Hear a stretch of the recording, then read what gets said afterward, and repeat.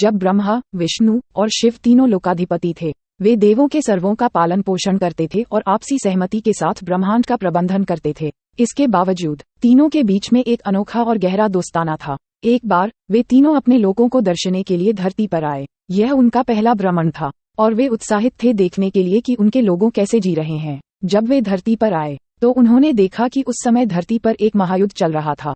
देवताओं की सेना और दानवों की सेना एक दूसरे के खिलाफ लड़ रही थी। धरती थर थर कांप रही थी और मानवों को भी इस युद्ध का प्रभाव हो रहा था।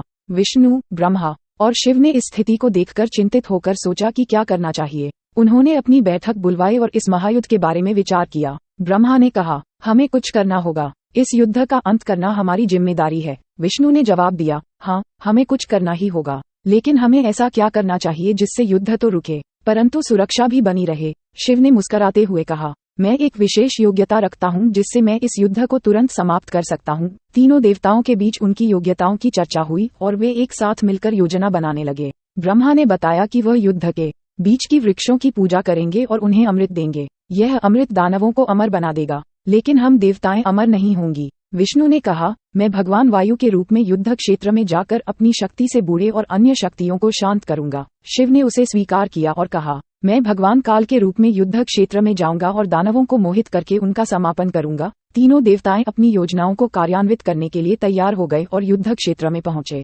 विष्णु ने वायु के रूप में अपनी शक्ति का प्रदर्शन किया और शांति स्थापित की। शिव ने काल के रूप में दानवों को मोहित किया और उनका समापन किया। ब्रह्मा ने वृक्षों की पूजा की और उनसे अमृत प्राप्त किया। इस प्रकार तीनों देवताएं मिलकर युद्ध को समाप्त कर दिया और दानवों को हराया। जब वे वापस अपने लोगों के पास गए तो उनके लोग उनके बहादुरी की सराहना करते हुए बोले, आप तीनों की अद्वितीय दोस्ती की बदौलत ही हमारा सुरक्षा संगठन बन सकता है। विष्णु, ब्रह्मा और शिव ने मिलकर अपने लोगों के लिए एक नया सुरक्षा संगठन बनाया जिसका नाम त्रिमूर्ति सेना था। इस संगठन के सदस्य तीनों लोकाधिपति थे और यह संगठन धरती की सुरक्षा के लिए सशक्त हो गया। इसके बाद तीनों देवताएं ने अपनी योजना बनाने के लिए अक्सर मिलकर बैठकें बुलवाई और ब्रह्मांड के शांति और सुरक्षा की रक्षा करते रहे।